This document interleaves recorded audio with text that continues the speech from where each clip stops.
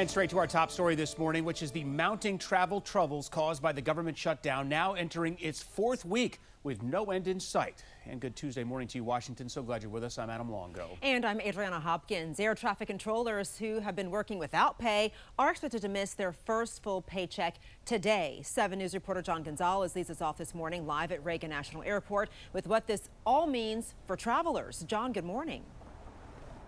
Adriana, good morning. Nearly 7,000 flights were delayed nationwide Monday alone. Passengers can expect more delays, possibly even cancellations this week. Air traffic controllers and TSA agents are still reporting for duty, but today they are now officially working without pay. The FAA says more than 50 air traffic control staffing shortages were reported since Friday, causing delays from LA to DC. Around 13,000 controllers and 50,000 TSA agents are considered essential workers around the country. Over the weekend, flights at Los Angeles International Airport were temporarily halted due to staffing gaps at a major control center, and here at home, a ground delay lasted hours at DCA. That leads to a unnecessary distraction, and they cannot be 100% focused on their jobs, which makes this system less safe every day that this shutdown continues. Transportation Secretary Sean Duffy says controllers are, quote, wearing thin.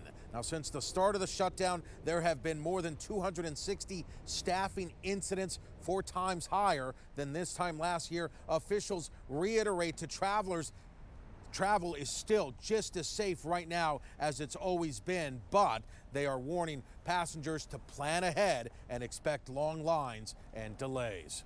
Reporting live at Reagan National Airport. Day 28 of the government shutdown, now the second longest in U.S. history. And this morning, growing concern for families across our region. SNAP benefits could be delayed as the federal government shutdown drags on. Let's go now to 7 News' John Gonzalez with the latest. John, good morning. Adriana, good morning. And with this government shutdown now threatening to become the longest in U.S. history, House Speaker Mike Johnson says now the nearly $5 billion in contingency funds simply cannot legally cover some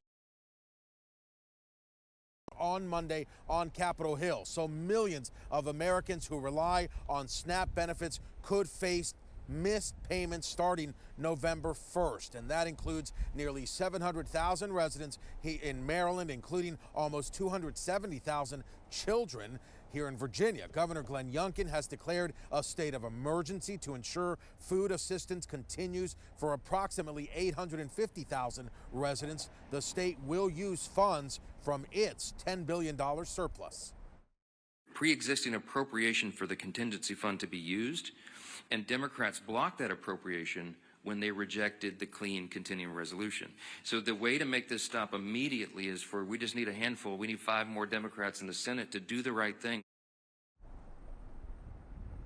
But local leaders, including Maryland Governor Wes Moore and Attorney General Anthony Brown, are warning against leaving families in the lurch. Moore says the state can't front money for SNAP without federal reimbursement guarantees, while Brown is demanding answers from the USDA over these withheld payments.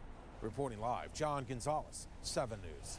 Well, this comes as the city of Manassas sent out a notice saying the city's social services agency is ready to help residents. It reads in part, quote, the 42-member team is working closely with local partners to connect residents to immediate support. And they're also encouraging residents with any remaining SNAP balances to use that money to buy non-perishable foods and household essentials. Millions of SNAP beneficiaries lose their aid starting November 1st. The U.S. Department of Agriculture has posted a notice on its webpage blaming Democrats for the continued government shutdown, saying the well has run dry. Last Friday, the Trump administration announcing it would not use contingency funds of roughly $5 billion to keep those benefits flowing.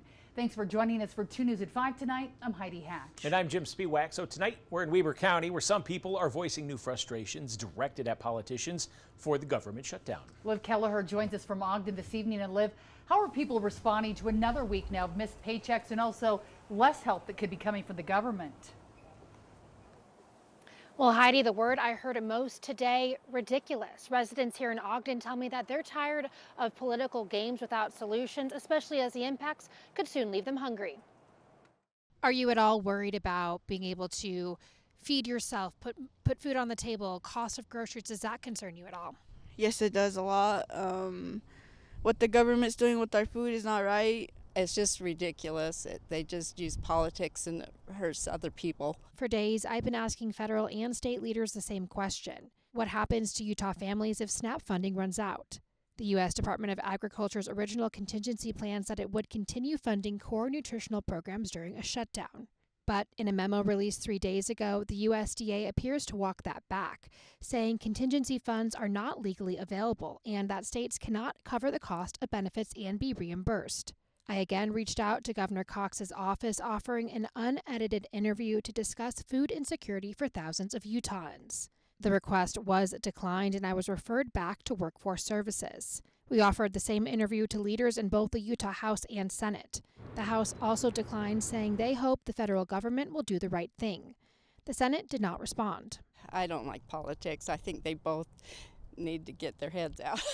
For Ogden resident Pam Royster, whose sons lost work because of the shutdown, she believes lawmakers would respond differently if they felt some of their own financial pressure. I think that they should not be paid or they should not get health care when the constituents don't.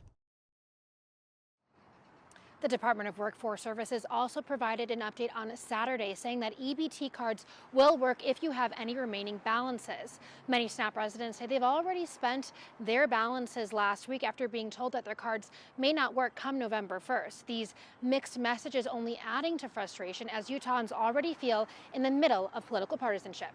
Reporting live in Ogden, Liv Kelleher, KUTV 2 News. And first at 5:30 starting this Saturday, almost 170,000 Mainers who rely on SNAP benefits are going to stop getting that money, which they say they count on to have enough food. Tonight, we go to Rockport, where CBS 13's Max Williams spoke with farmers determined to help keep their neighbors from going hungry. Melanie Daigle is the owner of Fresh Off the Farm in Rockport. She says today's task is pricing this produce fresh off the truck, but says there is a far bigger task at hand. When I saw this, I said, here we go again. Here's some kids that aren't going to be eating. Daigle says she has made it her mission to make sure children in her area are fed.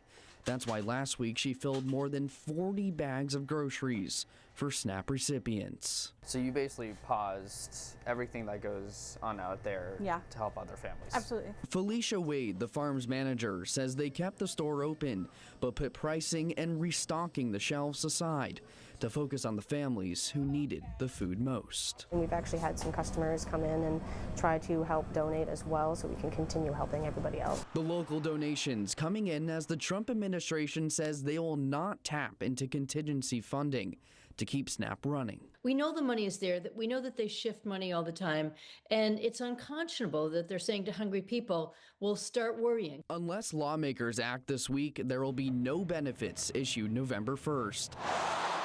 But back in Rockport, Daigle is keeping politics out of it. People still have to eat.